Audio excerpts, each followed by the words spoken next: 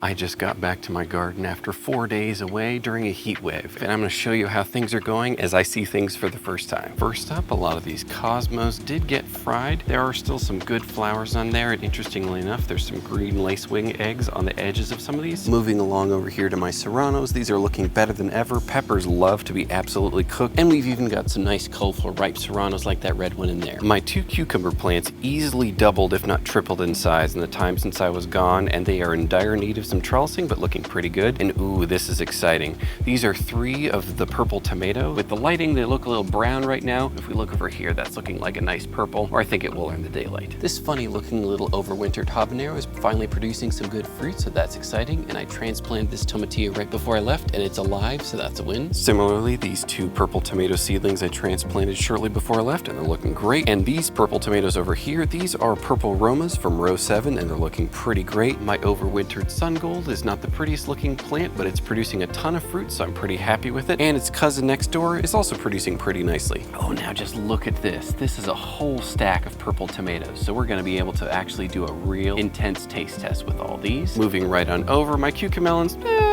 they're all right. Again, they're producing a lot of fruit. The plant just doesn't look beautiful. This purple basil is looking good. The stevia definitely needs to be cut down and dried out. Same with this purple basil over here and this massive stack of green basil. My cantaloupes are looking like $1 million. And I'm gonna guess there's at least a good 8 of them on there that I can see. Over here, we've got more purple Romas looking pretty good. I did some very aggressive pruning before I left and it's recovering nicely. My gray garden tower is looking pretty nice. Obviously, stuff that I kind of left to hang over from the spring has now aggressively bolted, like the cilantro right here, and this is actually all lettuce right here. As for over here in my terracotta garden tower, I'm pretty sure the squirrels got to the strawberries that were ripe, but that's fine, at least they went to something. My dragon fruits overall are looking pretty good, as is my banana. Board surrounding it is kind of done and needs to be cut down, but I finally got some really healthy, beautiful looking leaves there on my banana. And then these 3 grow bags full of jalapenos are looking absolutely wonderful. Again, peppers just love blazing hot heat, particularly dry heat. Just look at some of those peppers we've got on there. Absolutely stunning. My pomegranate did not get dug up by squirrels, so that's good. The chamomile is on its way out, so it's looking a little bit sad. And this experimental tomato that I decided to cut down to the lowest possible point where there was a sucker a couple weeks ago is looking wonderful now. Now, this is what I was most worried about because the squirrels were digging up this bed like crazy before I left, where I had some corn, some zucchini, some squash, and a few other things. But there is no signs of damage. I did sprinkle cayenne pepper right on the top, so it seems like it worked.